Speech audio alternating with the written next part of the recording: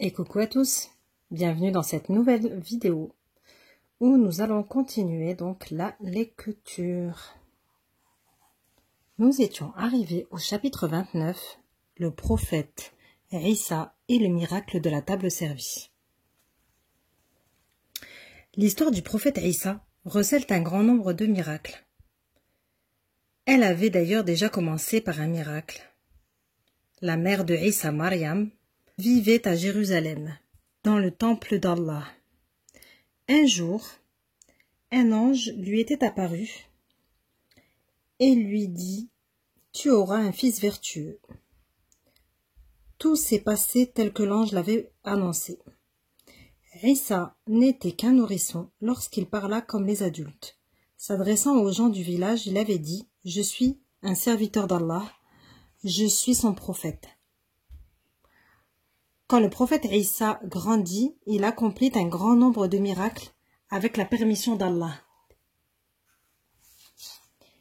Il fabriquait des petits oiseaux en argile et les faisait voler comme des vrais oiseaux. Il rendait la vue aux aveugles, il ressuscitait les morts.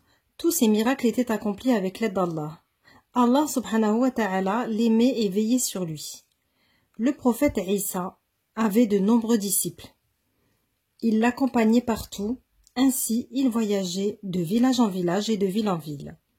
Dans chaque village ou ville où il s'était arrêté, pour un laps de temps, le prophète Isa parlait aux gens d'Allah subhanahu wa ta'ala, il leur montrait comment l'aimer et le prier.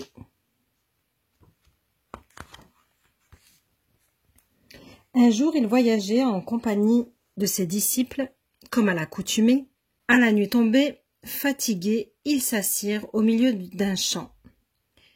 Ils étaient affamés et ils n'avaient rien à manger. Un des disciples s'adressant au prophète Isa dit « Isa, fils de Maryam, ton Seigneur pourrait-il nous faire descendre du ciel une table remplie de nourriture ?» Le prophète Isa n'appréciait pas ces paroles et lui dit « Crains Allah si tu es un croyant sincère. » Mais les disciples ignorèrent ces paroles et insistèrent. « Nous voulons manger de la nourriture envoyée du ciel par Allah. » Le prophète Isa s'adressant à Allah dit « Allah fait descendre du ciel une table servie de nourriture qui sera une fête pour nous, les premiers et les derniers d'entre nous, et un signe de ta part. Tu es celui qui subvient à nos besoins. »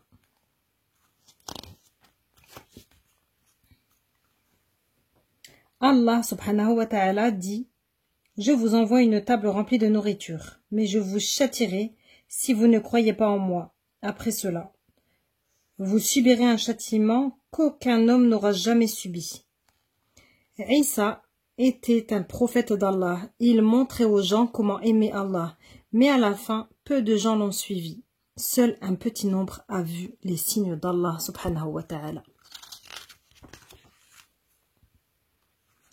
Il y avait des gens du mal qui détestaient le prophète Isa, au point de vouloir le tuer, mais Allah le sauva et l'éleva au ciel.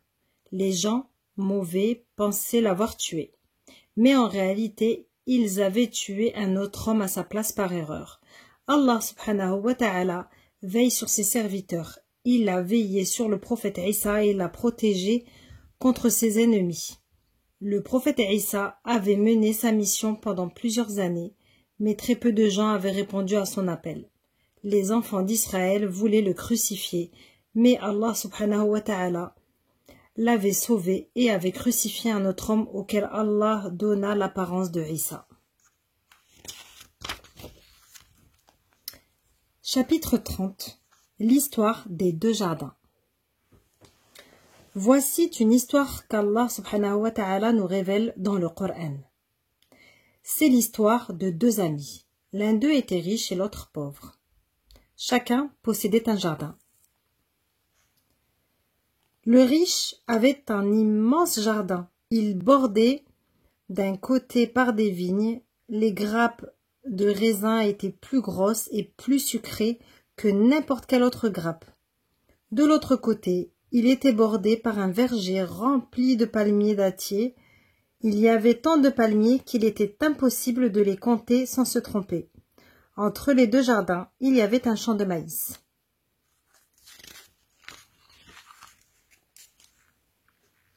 Chaque fois que les deux amis se rencontraient, le riche disait « Je suis plus riche que toi. Ma famille est plus noble que la tienne. » Le riche aimait beaucoup son jardin.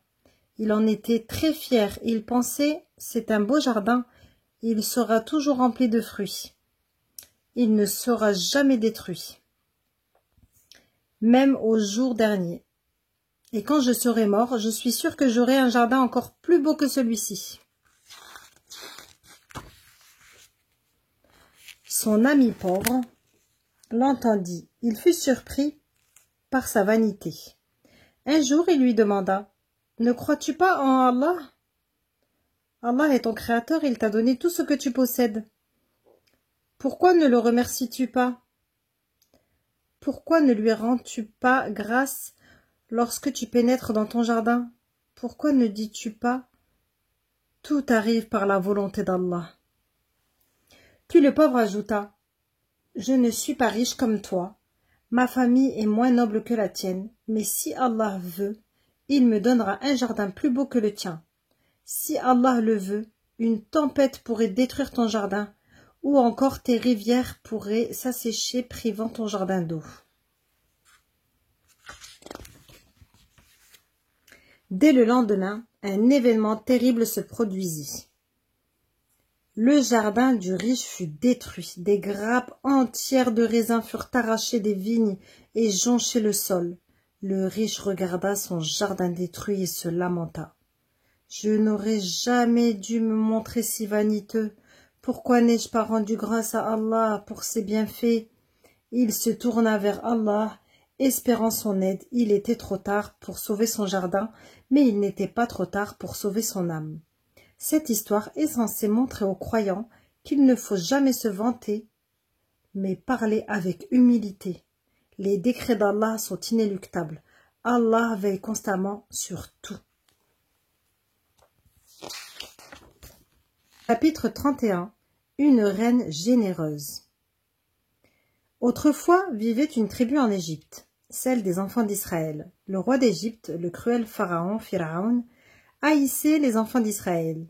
Il les traitait comme des esclaves. Un jour, il ordonna à ses ministres « Tuez tous les nouveau-nés mâles des enfants d'Israël. » Les soldats de Pharaon firent irruption dans les maisons des enfants d'Israël. Ils fouillèrent toutes les pièces et tuèrent tous les nouveau-nés mâles qu'ils y trouvèrent. Les soldats furent impitoyables malgré les lamentations et les pleurs des pères et des mères et des sœurs.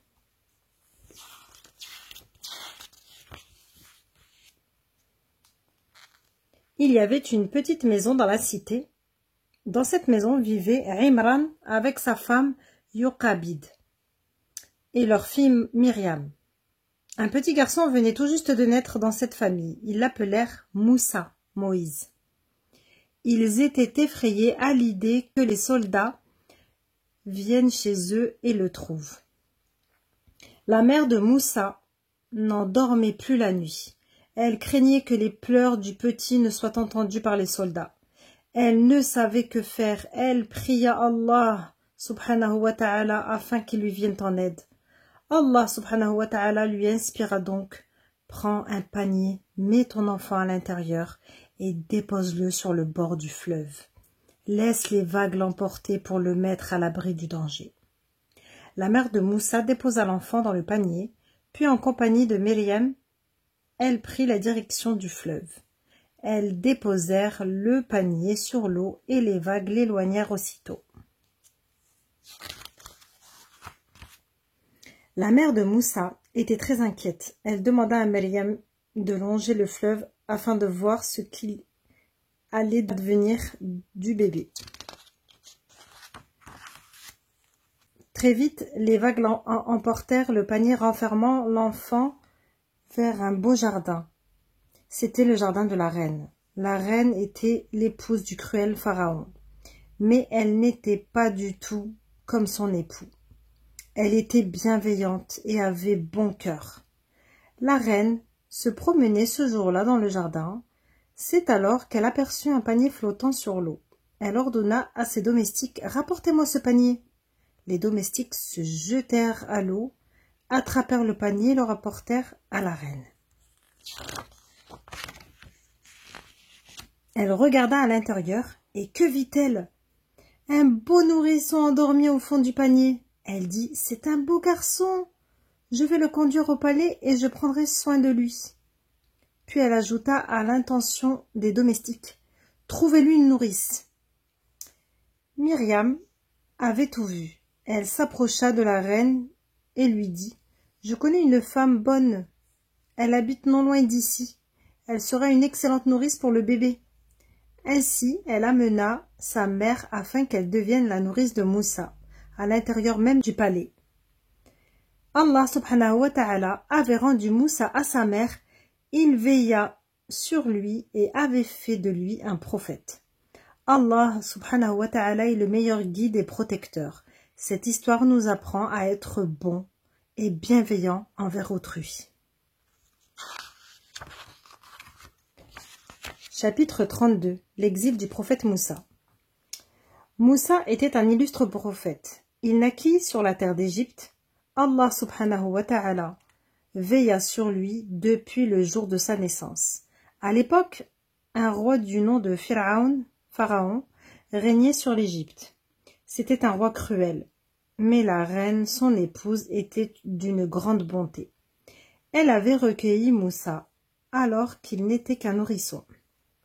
Elle se promenait ce jour-là dans le jardin, au bord du fleuve. C'est là qu'elle avait aperçu un panier flottant sur l'eau. Le panier contenait un petit garçon. Ce petit garçon était Moussa. La reine l'avait ramené au palais. Elle avait pris soin de lui et l'aimait énormément. Moussa avait donc grandi dans la maison de Pharaon. Mais il aimait Allah subhanahu wa ta'ala et le priait. Il avait également appris que sa vraie famille appartenait à la tribu des enfants d'Israël. Un jour, alors qu'il se promenait dans le marché, il aperçut deux hommes qui se battaient. L'un d'eux était égyptien, l'autre appartenait à la tribu des enfants d'Israël. Soudain, il entendit l'homme qui appartenait à sa propre tribu appeler à l'aide. Moussa accourut à son secours. Il frappa l'Égyptien et le tua. Moussa était très contrarié. Il avait tué un homme. Il pria Allah subhanahu wa ta'ala. Allah, pardonne-moi. J'ai tué un homme, c'est une chose terrible. Allah lui accorda son pardon. Il est plein de grâce et de miséricorde. Le jour suivant, Moussa se rendit de nouveau sur le marché. Il aperçut une fois encore deux hommes qui se battaient. L'un d'eux était celui-là même qu'il avait défendu la veille. L'homme appela encore Moussa, à l'aide. Alors qu'il s'apprêtait à courir vers lui et à lui porter secours, l'autre homme le railla. « Tu as tué un homme hier, vas-tu me tuer aussi ?» C'est alors qu'un proche de Moussa courut vers le prophète pour le mettre en garde. « Les soldats de Pharaon sont à ta recherche. Tu as tué un Égyptien hier, ils vont t'arrêter. Tu dois quitter la ville. » Le prophète Moussa s'enfuit, il quitta la ville. Allah subhanahu wa ta'ala veilla sur lui. Il guida ses pas jusqu'à la terre de Madian, qu'il atteignit après un long périple. Il était fatigué et mourait de soif. Alors il partit à la recherche d'un point d'eau. Il ne tarda pas à trouver un puits. Il y avait un attroupement important autour du puits. Il y avait là des bergers avec leurs moutons et leur bétail. Ils abreuvaient leurs bêtes avant de retourner chez eux. Deux jeunes filles étaient assises non loin du puits. Elles-mêmes avaient des moutons, mais elles n'avaient pas pu s'approcher du puits. Le prophète Moussa s'approcha d'elles et leur demanda « Pourquoi ne vous approchez-vous pas du puits? Ne voulez-vous pas faire boire vos moutons ?» Les filles répondirent « Notre père est un vieil homme. Il ne peut pas venir avec nous. Il n'y a pas d'homme jeune qui pourrait nous aider à faire paître nos moutons. C'est la raison pour laquelle nous devons mener nous-mêmes nos bêtes au puits. Mais nous devons attendre notre tour. Nous devons attendre que les autres bergers soient partis. » Le prophète Moussa eut pitié des deux sœurs. Il conduisit leur troupeau de moutons et les fit boire. Les deux jeunes filles étaient très contentes. elles reprirent leurs moutons et rentrèrent chez elles. Comme elles étaient rentrées plus tôt que d'habitude, leur père s'en étonna et leur demanda « Qu'est-il arrivé? Vous rentrez bientôt ?» Les deux sœurs répondirent « Un jeune homme nous a aidés à abreuver nos moutons. Nous étions pas obligés d'attendre que les autres bergers s'en aillent. » Le père dit « Retournez-y et faites venir ce jeune homme. J'aimerais le récompenser pour son aide. » C'est ainsi que Moussa vint à la maison, il partagea le repas du père. Petit à petit, il s'installa avec la famille et les aida dans leurs travaux. Plus tard, il épousa l'une des filles, mais ceci est une autre histoire, que nous verrons donc plus tard avec le chapitre 33, le prophète Moussa et le buisson ardent.